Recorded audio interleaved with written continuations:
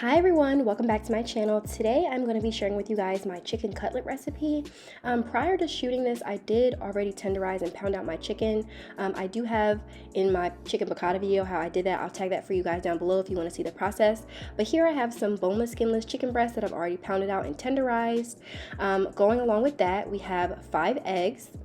I also have some freshly grated Parmesan cheese, some fresh parsley. This parsley has been drying on my countertop for a bit. You don't want to have wet parsley. I have some plain panko breadcrumbs. I have some flour, olive oil, and for some seasoning, we're going to be using Italian seasoning, my all-purpose seasoning, and some salt and pepper. That is it, and let's get started. So here in my container, I'm going to start getting my breadcrumbs together. So I'm just going to take my panko breadcrumbs and dump the whole thing. I only had just a little bit left, so I'm just going to go ahead and use the entire container, put that in there, and along with our panko breadcrumbs, I'm going to be adding my fresh parsley. You guys, you can use dry parsley as well. I did not have any dry parsley, so I had to use fresh, but if you use dry parsley, that's actually probably better because you don't have to wait for it to dry like I did. You don't want anything wet in your breadcrumbs that's going to have any kind of moisture to it. So after that, I'm going to add in some Italian seasoning and a good helping of my grated Parmesan cheese. Again, this is a dry cheese. You don't want to use anything that's too moist. So I'm going to be using a nice freshly grated Parmesan cheese, and then along with that, I'm just going to be adding some salt and some pepper.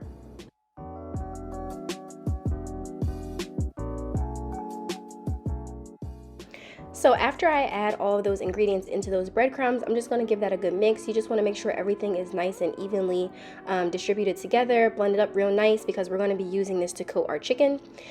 So go ahead and give that a good mix, get all those seasonings and cheese all spread around, and that is it. So our breadcrumbs are ready, and we're going to move right along to get our flour together next.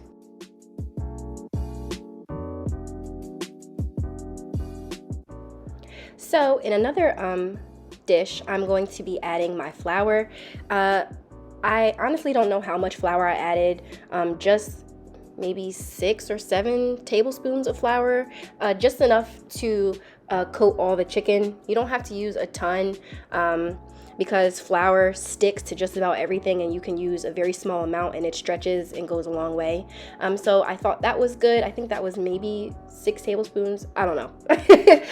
So just to our flour, we're going to be adding just some seasoning. I've mentioned multiple times in my videos, you never want to coat your chicken with unseasoned flour. That is a big no-no. So I'm just going to be using my all-purpose seasoning. If you do not have all-purpose seasoning, you can use onion powder, garlic powder, salt, pepper. I think in my all-purpose seasoning, it has onion powder, garlic powder, black pepper, salt, and some dry parsley.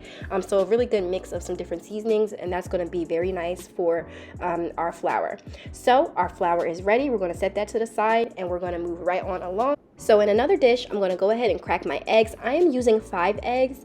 I cooked, I want to say 13 or 14 pieces of chicken, and 5 eggs stretched me until the very end, and I didn't have to use any more eggs. I like to start with a small amount first, see where that gets me, and if I need more, I can always crack another egg or 2, but you never want to go in with like 8 eggs because you're going to have a lot of eggs left over, and eggs are very pricey right now, and you definitely don't want to waste anything. So like I said, 5 eggs got me through the entire recipe.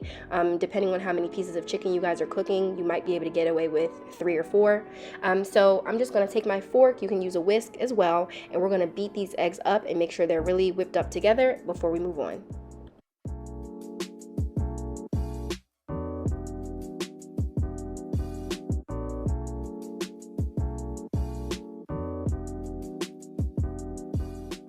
All right, so our eggs are nice and beat together, and we are ready to move on to get our chicken prepared.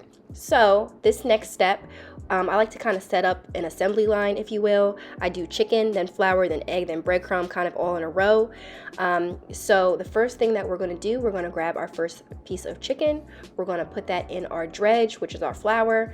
You really want to make sure both sides are nice and evenly coated. So I like to get in there with my finger sometimes, or a utensil. After you get both sides nice and coated, I like to shake off the excess flour. Then we go right from the flour to the egg. You want to dip that real good in that egg, make sure both sides are nice and coated, and then from the egg we go right to the breadcrumbs.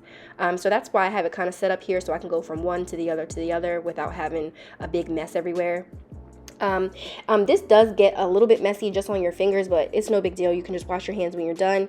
I like to use my hands because I feel like, sometimes my hands are way better than me using a fork or a tongue or anything.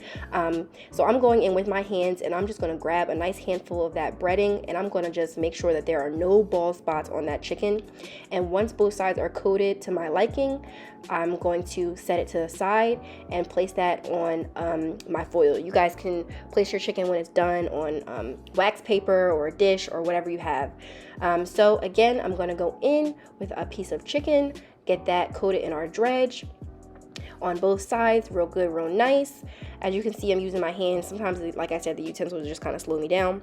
Shake off the excess flour, go straight from the flour to the egg, get that dipped really good in the egg, and then we go straight from the egg to the breadcrumbs. I mean, it's very, very easy, you guys, and this you can cook in 30 minutes or less. This is probably one of the quickest things you can make, and it's so good, and the chicken is going to come out so crispy and crunchy, and it's just going to be so, so delicious. So after I'm done coating this piece of chicken, I'm going to set that to the side, and I'm just going to go through the rest of this. I am just going to show maybe another piece or two, but obviously I'm doing 14 pieces of chicken, and this video will be ridiculously long if I showed all of it. So I'm going to speed it up, and after I am done getting all the chicken ready, I will be back.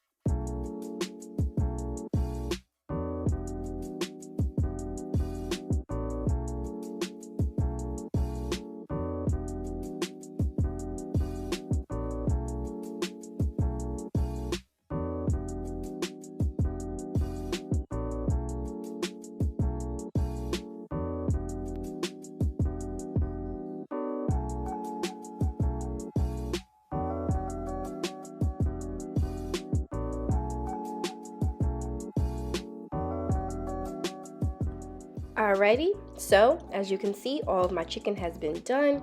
We are going to let this rest for 10 to 15 minutes to allow the coating to have a chance to stick to the chicken before we cook it.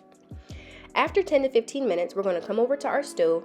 Here I have my frying pan that I just put some olive oil in. You want to make sure that the olive oil is nice and shallow in the pan. We are not deep frying this. We are just going to be pan frying it, which means that you just want to have enough olive oil in your pan to fry one part of the chicken at a time. So as you can see here, the top half of my chicken is not completely submerged under the oil. That is exactly what you want to see. You don't want to deep fry this. You want to just pan fry it one side at a time.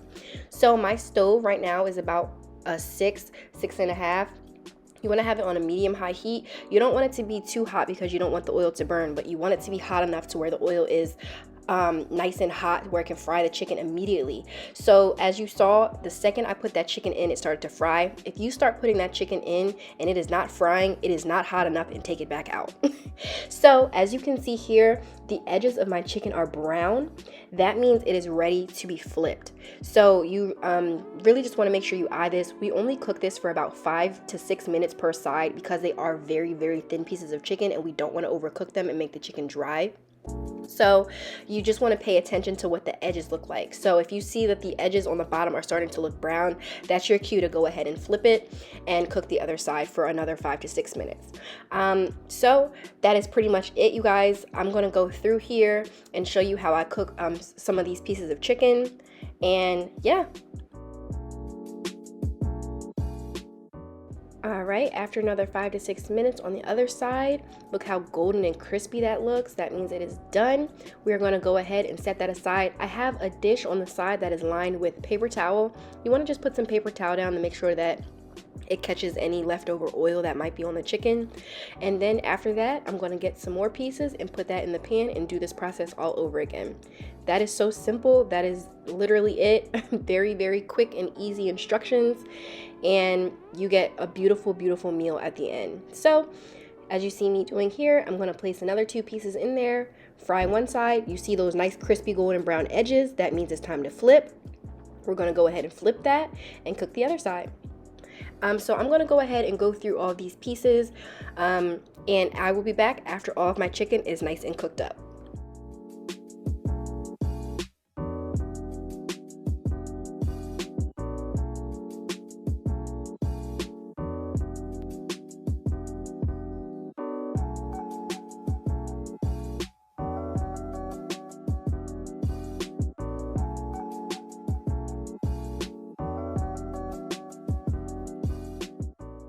Alright, so these are my last 2 pieces that I cooked. So I'm going to go ahead and take them out of the pan and put them in my dish along with the other pieces. And that is it, you guys. In 30 minutes or less, you can have some beautiful Italian chicken cutlets. They're so crispy and golden and delicious. And you can pair these with just about anything or even put it on a sandwich. So they're very versatile and very delicious. And here is my finished product, my Italian chicken cutlets. And I really hope you guys enjoyed this recipe. And if you did, you know what to do. Give me a thumbs up and don't forget to like, comment, and subscribe. Bye.